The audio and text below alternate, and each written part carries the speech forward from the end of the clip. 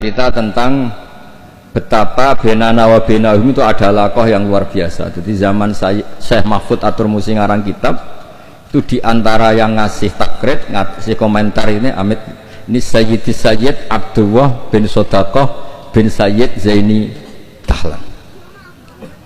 Ini di kitab Hasyatul Turmusi di juz 7. Jadi ketika di akhir juz diterangkan takridot dari beberapa ulama daripada Sadatinal Hasaniyin, yaitu Sayyid Abdullah bin Sodaqah bin Zaini Dahlan.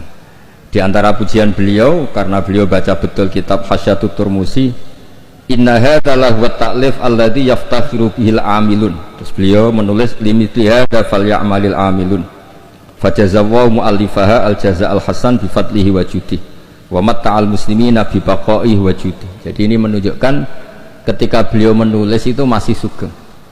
Dan kita tahu Syekh Mahfud Atur Musi ini adalah gurunya Mbah Hashim. Jadi memang benar yang dikatakan Habib Ali, kalau cerita Mbah Hashim ngaji Sayyid Ahmad Zaini Dahlan memang nggak mungkin, karena Mbah Hashim ngaji sama Syekh Mahfud.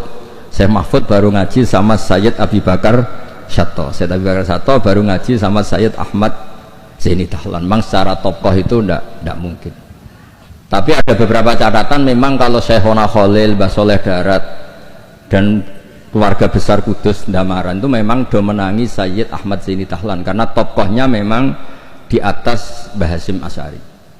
Saya pernah neliti bahwa Khinatu via Syekh Nawawi Banten itu Syekh Mahfud Atur Musi sekitar umur 29 tahun. Karena Syekh Mahfud ini dulu ngaji di Mbah Soleh Darat umur 9 tahun sampai 14 tahun. Terus pertama mulazamah Sayyid Abi Bakar Syato itu umur 15 tahun. Lazamahu muddata asyri sinin. Beliau ngaji sekitar 10 tahun. Terus ditinggal wafat oleh Sayyid Abi Bakar Syato itu ketika beliau umur sekitar 25 tahun. Dan ketika beliau ngarang kitab ini, di antara teman beliau dan juga sekaligus mitra diskusinya adalah Sayyid Abdullah bin Sodaqah bin Zaini Dahlan. Kemudian memberi kata pengantar ini, diantaranya mensifati Sohibul Afham ad-daqiqah wal ma'ani al-asba ar-raqiqah al-murtafi ala ru'usi fudala'il asri. Dan kita tahu Mbah Mahfud ini punya beberapa murid, diantaranya adalah mbahnya Mbah Akhfas ini, Mbah Baidowi, juga Mbah Maksum, juga Mbah Sidik Jember, juga beberapa masyayikh di Indonesia.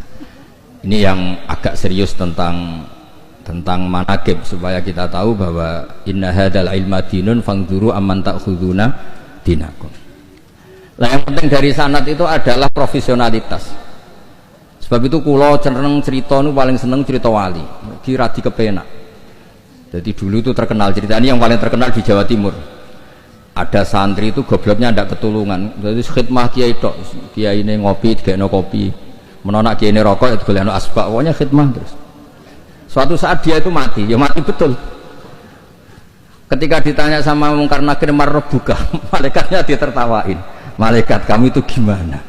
Kalau tanya itu ya sama yang pinter, tanya kok sama orang bodoh. Saya ini nggak pernah ngaji, hanya khidmah. Terus, lah yang pinter siapa? Itu yang di atas, maksudnya kiainya itu. Jadi malaikat dianggap gak profesional, wong bodoh kok ditakoi.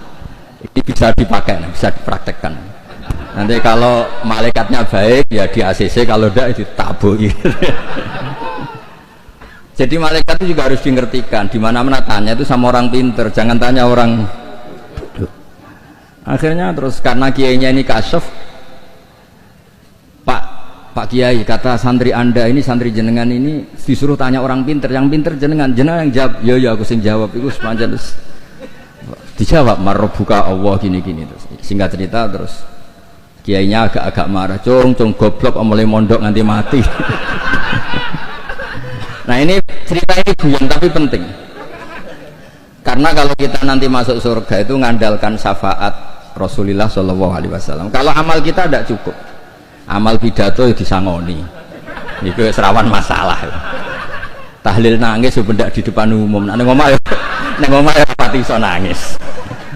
Ngaji semangat ya nak didelok wong ngene-ngene iki, ngaji ning omah ngontak ngantuk. Enggak meyakinkan, amal kita semua ini tidak meyakinkan. Yang meyakinkan itu syafaat Rasulullah Sallallahu Alaihi Wasallam. Dan syafaat Rasulullah ini supaya Nabi itu tidak capek-capek, ini harus didelegasikan ke kiai-kiai, karena banyak kiai yang mengatakan saya itu tidak yakin bisa nyafaati. Timbang Nabi repot-repot moro mriki kan ya mendingan di pasrah-pasrah wong kene lah. Ya ada kiai yang cara berpikir begitu. Tapi itu bukan guyon, memang secara sanad seperti itu. Masyhur di kitab Syafa'ah. Di kitab Syafa'ah itu ketika Allah memanggil semua nabi dan ada kursi di surga, hanya Nabi yang enggak masuk. Itu bisa dilihat di kitabnya Sayyid Muhammad Mafahim Yajibu Antusoha. Ketika Allah tanya, mana Habibi Muhammad? Beliau tidak mau masuk, kata nabi-nabi yang lain. Kenapa tidak mau masuk? Walhasil terus Nabi ditanya sama Allah, kenapa kamu tidak mau masuk? Semua nabi sudah masuk. Kalau saya kadung masuk, surga ditutup. Nah ini yang muat saya nggak jelas-jelas ini nggak bisa masuk. Intinya kita masuk dulu digiring Rasulullah SAW. Jadi memang jadi wong pinter tuh penting. Jadi wong pinter penting, sing goblok pin tetep goblok. Nggak usah memaksakan apa pinter. Selain angel ya ketok era sopan. Kula niku gadah santri kanca nggih kanca riyen ngaji sami-sami teng Mbah Mun. Niku gobloke ra karuan. Nggak tak takoki kenapa ke goblok. Sungkan nyanyi Mbah Mun. Saya pernah dinasehati itu paling saya kenang. Gus, nak soleh udah nemen-nemen. Kenapa? Mari kok swargane ambek Mbah Mun sungkan, gak enak. Apa beda widadari sungkan? Apa pacaran mbek widadari sungkan? Soleh pas-pasan kok awraku. Itu tak kenangan kok masuk akal. Ora enak. Sampeyan iso bayangno swarga awur Mbah Mun. Apa metingkrang sungkan apa. Terus monggo ke soleh pas-pasan mawon kersane lho. Tapi risikone pas-pasan nak kuotane ra cukup neraka. Lah nek kuotane pas-pasan risikone niku. Terus Rasulullah itu milik semuanya nggih. Sing sering nangis wedi pangeran nggih ibadah, sing sering guyu nggih ibadah. Sampai kalau ada riwayat dan ini saya yakini benar di Ihya ada, di Khilyatul Auliya ada. Inna min khiyari ummati fi ma nabba'anil malalul a'la qauman yathakuna jahran min saati rahmatillah. Somben umatku pilihan-pilihan sing nak guyu banter-banter. Mergo saking yakin rahmati Allah ku jembar. Potongan ngeten iki beb nak diajari nangis terus frustasi. Mergo kombinasi nangis kredit, nangis damuk bojo, nangis tanpa masa depan. Wis kon guyu mawon kersane ridho mek kodok qadar. Terus masyhur itu dua nabi yang debat ini masyhur, yaitu Yahya dan Isa. Yang satu sering merengut mikir akhirat, digojlek sama yang sering guyu. Mali aroka abisan ka'annaka taqnatu min rahmatillah. Kowe kok merengut kaya ora ana rahmate pangeran. Mbok yo guyu bareng. Terus sing sitok gojlek mali aroka dohikan ka'annaka ta'manu min makrillah. Kowe guyu kaya ora ana azab bae. Lah alhamdulillah mate nabi niku mun saged sedanten Bib. Guyu nggih saged, nangis nggih saged. Berarti yo niru Nabi Yahya, niru Nabi Isa. Cuma kok ora perkara iku, perkara jagone menang guyu. Arab Saudi menang guyu kabeh. Bareng saiki kalah terus nangis kabeh. Lah nek guyune wong saleh-saleh kados kula krana wedi pangeran. Mesti guyu mergo wedi pangeran. Kula niku isin didelok pangeran ku nangis. Wong dikek rahmat akeh kok ijek nangis. Oleh syukur iku kapan? Terus guyu iku saged dielmoni.